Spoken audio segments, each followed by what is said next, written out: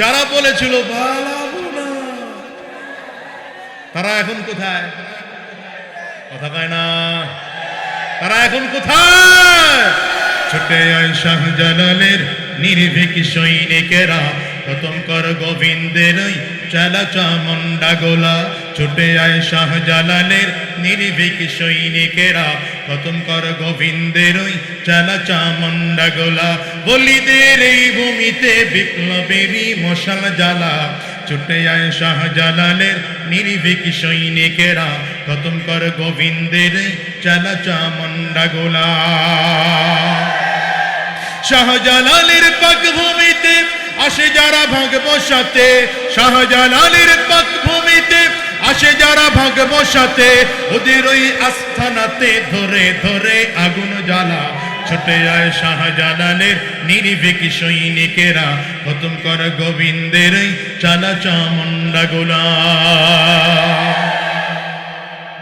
যখন একদিক ছুটে গেছে গা, এখন প্ল্যান বি বাস্তবায়নের জন্য ইসকন মাঠে নামাইছে। কাদেরকে মাঠে নামাইছে? ইসকন মাঠে নামাইছে। এদেরকে দিয়ে উগ্রতা এমন ভাবে ছড়াচ্ছে, এদেশের মানুষদের প্রতি, এদেশের মানুষদেরকে সাম্প্রদায়িক উস্কানি দেওয়া শুরু করেছে। কি কথা বলেন না কেন? এই ইসকন এদেশের চিহ্নিত সন্ত্রাসী সংগঠন। জোরে বলেন না কেন? ইসকন এদেশের চিহ্নিত সন্ত্রাসী সংগঠন। এরা আমার ভাইকে হত্যা করেছে, ঠিক কিনা বলেন? এরা আমার অ্যাডভোকেট সাইফুল ইসলামকে হত্যা করেছে।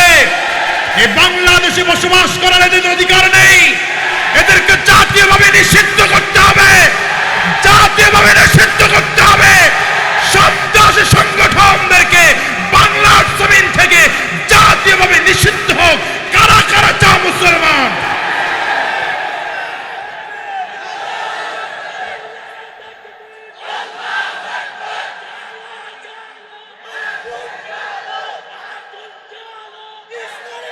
ভাইরা আমার,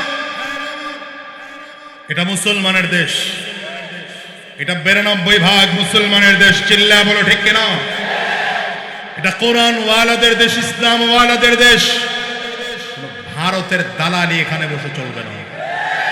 দুহাত তুলে বলেন, দুহাত তুলে বলেন, দুহাত তুলে বলেন। তৈয়ার আছেন তো ইনশাআল্লাহ? তৈয়ার আছেন তো ইনশাআল্লাহ? নারে তাকবীর। দুই হাত উঁচু করে ভালো করে। আমরা স্লোগান দেওয়াই শিখি নাই। দুই হাত উঁচা করা। ডানে আর বামে তাকিয়ে দেখেন তো হাতকে তোলে নেই। মাশাআল্লাহ। হাতগুলো মুঠ করেন, জোরে একটা ঝাঁকি দেন, শরীরের মধ্যে একটা স্পিড আসে। দেন ঝাঁকি। এবার কণ্ঠের পুরোটা আওয়াজ ছেড়ে দিয়ে একটা তাকবীর হবে। রেডি? বলো রেডি। নারে তাকবীর, নারে তাকবীর, জোরে নারে তাকবীর। আমরা সবাই রাসূল সেনা, জোরে আমরা সবাই রাসূল সেনা। ভয় করি না বুলেট বোমা। নারে তাকবীর, জোরে নারে তাকবীর। কোরআন সুন্নাহর আলো, কোরআন সুন্নাহর আলো, কোরআন সুন্নাহ যেখানে, আমরা আছি সেখানে। চালো রে চালো, চালো রে চালো। أن أهل القرى آمنوا واتقوا لفتحنا عليهم بركات من السماء والأرض। দুনিয়ার মানুষেরা যদি দুনিয়ার মধ্যে বরকত নতুন করে পাইতে চাও, আমি আল্লাহ তাআলা তোমাদেরকে বললাম, কোন মহল্লার মানুষ, কোন এলাকার মানুষ যদি 2 গুণে গুণান্বিত হয়, কয় গুণে? আওয়াজ করে জোরে বলেন, কয় গুণে? 2 গুণে যদি গুণান্বিত হয়, রব্বি করিম বলেন আমি আল্লাহ তাআলা আসমান ও জমিনের সব বরকতের দরজাগুলো খুলে দেব। 2 গুণের 1 নম্বর গুণ হলো ঈমান। বলেন 2 গুণের 1 নম্বর গুণ কি? দ্বিতীয় নম্বর গুণ হচ্ছে তাকওয়া। রব্বে কারীম বলেন 2 গুণ যদি অর্জন করতে পারো আসমান ও জমিনের সব বরকতের দরজা খুলে দেব। সাউন্ড বাড়াও। বরকতের দরজা কেমন করে আল্লাহ তাআলা খুলেছেন জানো রে যুবক? খন্দকের ময়দানে বরকতের স্পষ্ট নমুনা দেখা গিয়েছে। সাহাবায়ে কেরাম খন্দকের ময়দানে পরীক্ষা খনন করার কাজ করতেছেন। নবীজি 10 জন করে করে সাহাবীকে জায়গা ভাগ করে দিলেন, তোমরা 10 জন এইটুকু জায়গা খনন করবা, তোমরা 10 জন এইটুকু জায়গা খনন করবা। এমন করে করে পাথরে জমিন প্রচন্ড রোদের তাপের নিচে বসে সাহাবায়ে কেরাম খনন করতেছেন।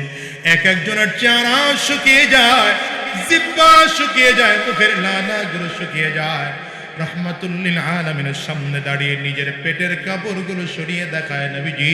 তাকিয়ে তাকিয়ে দেখেন আমাদের পেটের মধ্যে পাথর বাঁধা আছে। আমার নবী নিজের পেটের থেকে কাপড় সরায় দেখায়, সাহাবীরা শোন,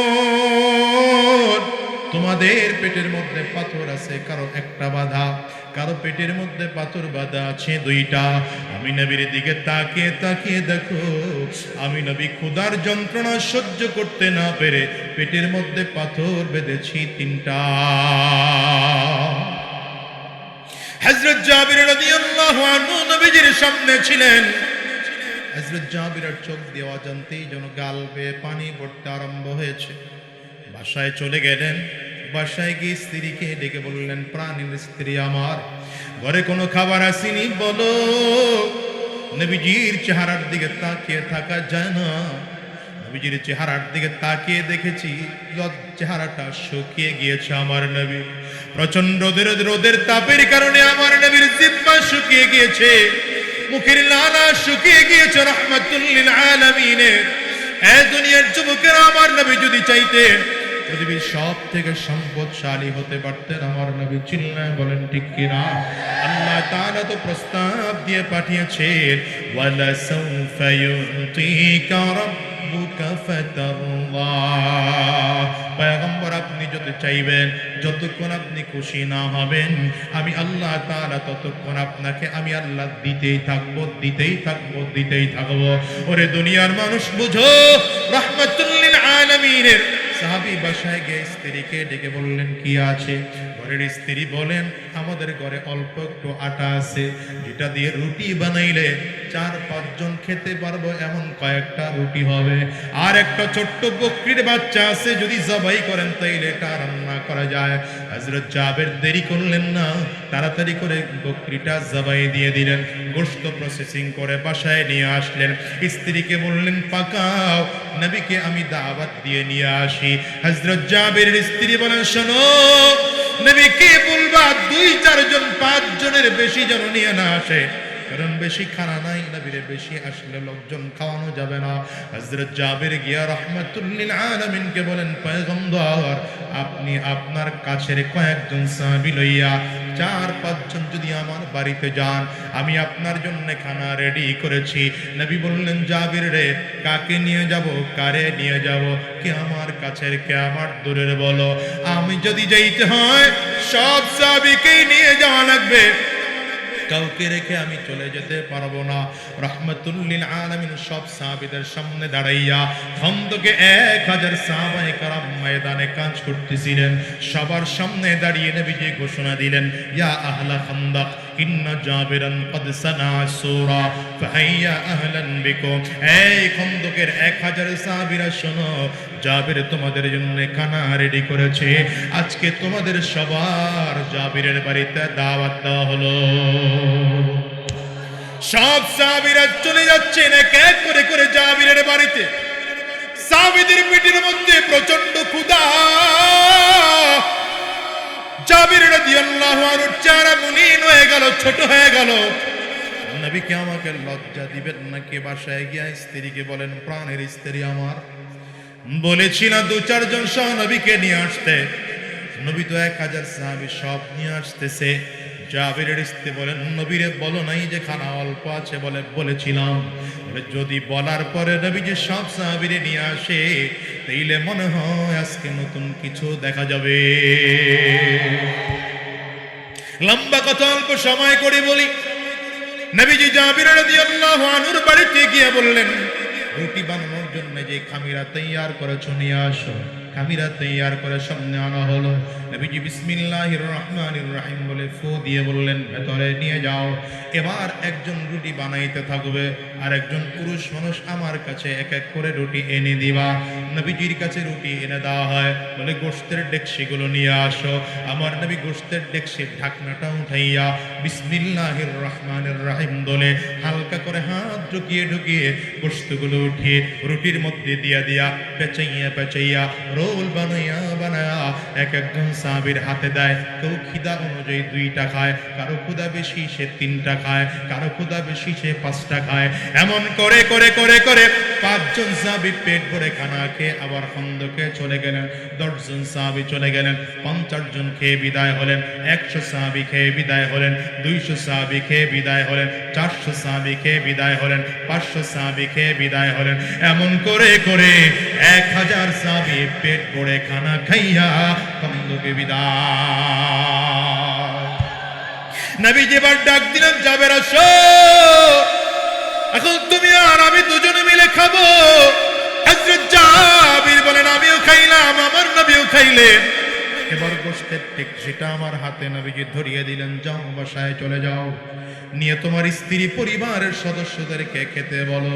জাবির রাদিয়াল্লাহু আনহু বলেন, বড় কৌতূহল জাগলো আমার দিলের মধ্যে। খানা ছিল অল্প, 1000 জনরে আমার নবী কেমন করে খাওয়ালেন। গোশতের ঢাকনাটা উঠাইলাম, ডেকসির ঢাকনা উঠিয়ে তাকিয়ে দেখি একটা গোশত যেন ঢাকনা থেকে পাতিলা থেকে কমে না।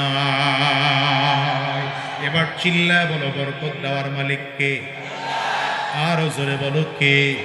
তবে আল্লাহ সবাইকে বরকত দেয় না, তাকওয়া ওয়ালাদেরকে বরকত দেয়। সাহাবায়ে কেরাম পৃথিবীর সবচেয়ে তাকওয়াবান মানুষ ছিলেন, সবচেয়ে বড় ঈমানদার মানুষ ছিলেন। এজন্য তাদের তাকওয়া বেশি থাকার কারণে, ঈমানের পাওয়ার বেশি থাকার কারণে সাহাবায়ে কেরামদেরকে আল্লাহ তাআলা বরকত দিয়েছেন। হ্যাঁ, অনেকে বলতে পারে, হুজুর এই যে কথা বললেন, ঘটনা শুনাইলেন, এটা তো আমার নবীর দ্বারা সম্ভব ছিল, এটা নবীজির মুআজিজা ছিল।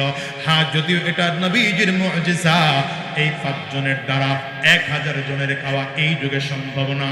কিন্তু এই যুগে তাকওয়াবান হলে, ঈমানদার হলে বরকত দিয়ে ভরপুর করে দেওয়া সম্ভব। ঠিক কিনা বলো? কারণ তাকওয়া হলে চুরি বন্ধ হয়ে যাবে, রডের পরিবর্তে বাঁশ ঢুকবে না। চিল্লা কামনা ঠিক কিনা? আওয়াজ দিয়ে আরো জোরে বলো ঠিক কিনা? যদি তাকওয়াবান হও, তাইলে এদেশে ধর্ষণ হবে না, চুরি হবে না, ডাকাতি হবে না।